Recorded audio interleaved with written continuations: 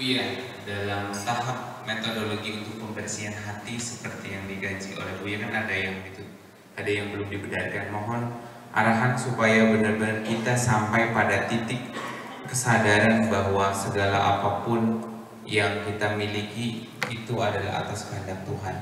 Metodologi pembersihan hati yang efektif menurut versi Buya. Terima kasih. Assalamualaikum warahmatullahi wabarakatuh. Waalaikumsalam warahmatullahi wabarakatuh. Saya kira langkah awal itu bukan bagaimana membersihkan hati, tapi langkah awal adalah langkah identifikasi dulu. Anda punya masalah apa? Yang rusak apa? Yang kotor apa? Macetnya di mana? Kan begitu. Nah, bagi saya ini kadang-kadang rasa sombong masih muncul, kadang-kadang, iya. Kemudian juga seringkali malam gak tidur, sakit hati, dendam ingin balas, masih ada rasa dendam masih ada. Oh ya, itu penyakit hati, ya, dendam, kebencian, ya, rasa sombong itu penyakit hati. Yang bisa mengidentifikasi itu ilmu tasawuf namanya. Tetapi bagaimana caranya menghilangkan kesombongan, itu metodologinya adalah psikologi. Makanya saya kawinkan antara tasawuf dan psikologi. Iya kan? Nah, bagaimana caranya menghilangkan kesombongan itu? Bagaimana menghilangkan rasa dendam itu? Ya tentunya kajian-kajian psikologi sangat lengkap sekali ya, karena sampai sekarang juga masih terus berkembang. Iya, jadi beginilah. Nanti secara psikologis kita akan mengatakan orang yang sombong itu dasarnya apa. Bahwa tidak bisa dihindari. Setiap seseorang mendapatkan kelebihan dalam dirinya. Apakah kelebihan itu artinya di atas rata-rata orang lain lah. Apakah itu kecantikan, menimbulkan kesombongan juga. Otakmu encer di atas rata-rata, ya, IQ-nya ente 100 lebih, 110 di atas, sombong juga. Ya, sekarang lagi melarat, kamu ini rendah hati, ngomongnya sama bahasa bebasan, bahasa kromoinggil. Kalau nunjuk pakai jempol, setelah kamu duitnya banyak, nunjuknya pakai telunjuk kok, nggak begini lagi. Ya, ngomongnya sih pakai bahasa Indonesia, nggak pakai bahasa Jawa, kromoinggil lagi kok. Betul nggak? Diundang sama tetangga miskin sudah nggak datang lagi. Muncul sembuhan. Itu semuanya, setiap kelebihan itu memunculkan rasa sombong.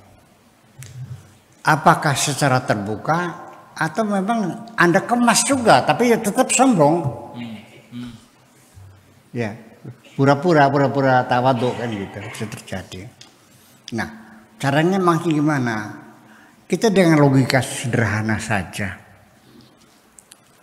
Ketika engkau sadar bahwa kelancaran rizkimu itu adalah rizki dari Allah, wajahmu yang cantik jelita itu adalah anugerah dari Allah, hartamu itu adalah anugerah dari Allah, otakmu juga bukan hasil kerja semuanya.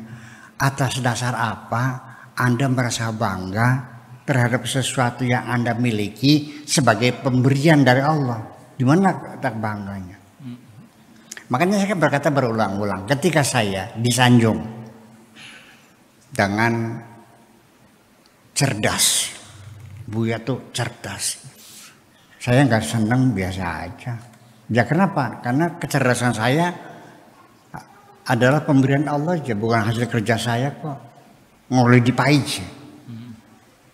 Apa saja yang kau dapatkan dari pemberian, atas dasar apa Anda bangga? Nah, tapi kalau ketika saya disanjung Buya sekedar pinter, kayaknya 1/1000% lah. Mungkin saya ada sedikit senengnya kan gitu. Kenapa? Karena saya merasa banyak baca buku. Betul enggak? Kalau cerdas kan nggak belajar, ujuk-ujuk dikasih gitu aja, pembeli gitu. Nah semacam itu. Dan kemudian lagi cara mengatasinya bahwa supaya kita tidak sombong, secara psikologis Anda harus tahu bahwa orang sombong itu selalu merendahkan orang lain. Nah, kalau Anda ingin punya kepribadian yang disuka oleh orang, jangan kau munculkan kesombonganmu itu. Ya kan? Betul enggak? Nah kalau Anda tidak disuka oleh orang, Anda yang rugi siapa? Anda sendiri kan? Jadi di situ nanti dari sisi psikologi akan berbicara tentang untung ruginya, baik dan buruknya terhadap diri kita sendiri. So bagaimanapun yang membuat kita itu terdorong, termotivasi untuk berbuat atau meninggalkan sesuatu adalah keuntungan-keuntungan yang kita peroleh. Ya, dan bahaya kerugian yang bisa dihindari diri kita. Nggak usah cerita pahala deh. Ya, saya kira lebih tertarik kita mendapat keuntungan secara materi di dunia ini. Anda akan banyak temannya, Anda banyak rezekinya, Anda dihormati orang. Betul nggak? Daripada ganjaran-ganjaran nggak paham saya mah. Iya, nanti pahalanya ngapain itu untung pahala? Iya. Bahwa ketika Anda rendah hati, sopan, hormat pada orang, tidak memunculkan kesombongannya, Anda temannya banyak. Kalau temannya banyak, rezekinya banyak enggak? Anda buka warung, tapi nggak punya teman. Yang beli siapa? Anda nyalon pengen jadi kuwu, nggak punya teman, temennya nggak ada, yang nyoblos siapa? Istrinya. Rezeki itu datangnya melalui kantong-kantong orang juga kok. Nggak ujuk-ujuk dari langit belum uang itu nggak ada uang dari langit tuh. Di hutan juga nggak ada duit, yang ada duit yang di pasar, sama di kantor-kantor pemerintahan ya. Ya iya di situ nggak ada. Nah itu semuanya kita pertimbangkan dalam beragama itu seperti itu. Keuntungannya yang fisik yang ini. Jangan menghayal kepada ganjaran bidadari. Masa tengah malam sholat menghadap Allah, pikirannya bidadari cantik, masih perawan ting-ting yang belum pernah berdarah-darah, belum pernah diperawani oleh manusia dan jin. Saya mau nanya. Turunin tentara bidadari yang matanya berlok-berok, maksuratun fil khiyam, yang dikerem di tenda-tenda, lam yatmithuna insun walajan, yang belum diperawani oleh manusia dan jin, masih perawan ting-ting. Masa menghadap Allah otaknya mikir bidadari yang perawan ting-ting? Pakai etika dong. Iya kan? Gimana lagi? Itu mah Allah yang bicara, itu mah hak mutlak Allah itu mah. Tapi si dari kiai kah? Aja gayanya kayak Gusti Allah. Betul nggak? Itu mah Allah yang bicara, silakan. Allah Tuhan saya, apapun silakan, dia bebas berbicara, dia punya hak segala macam hak Tuhan. Tapi kita sebagai mubalik, sebagai juru dakwah, ya jangan gayanya ngomongin seperti Allah juga. Nyintil nih kita nang, gotek cangking surgane, idih. Paham nggak? Saya pernah mendengarkan tek cangking surgane. Nanti saya teng-teng kamu, saya tuntun ke surganya.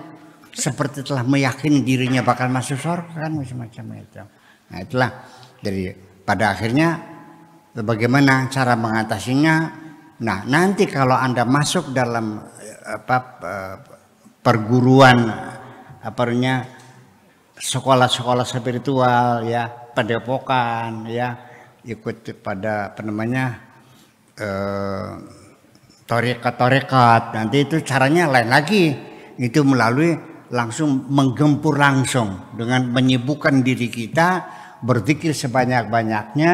Kita sudah tidak mikir dunia lagi, dengan berpuasa, ya kan?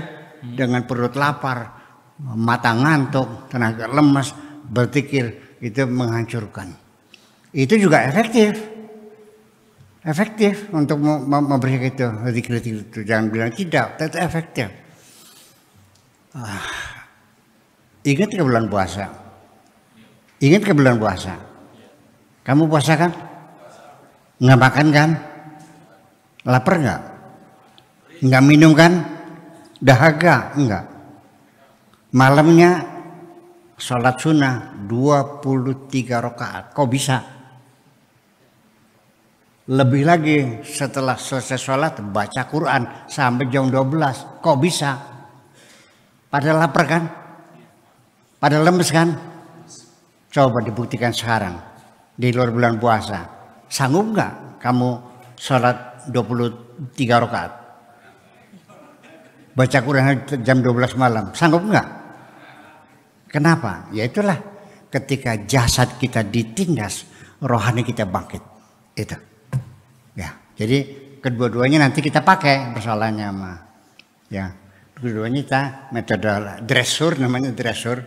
Itu seperti kita metode dressur itu seperti metodologi dalam ilmu jiwa binatang, bahwa binatang pun bisa dilatih melalui instingnya. Gajah bisa dilatih, bisa main bola kok. Betul nggak? Gajah bisa main bola nggak? Bisa. Burung bisa, kambing, anjing bisa berburu, diajak berburu kan? Iya.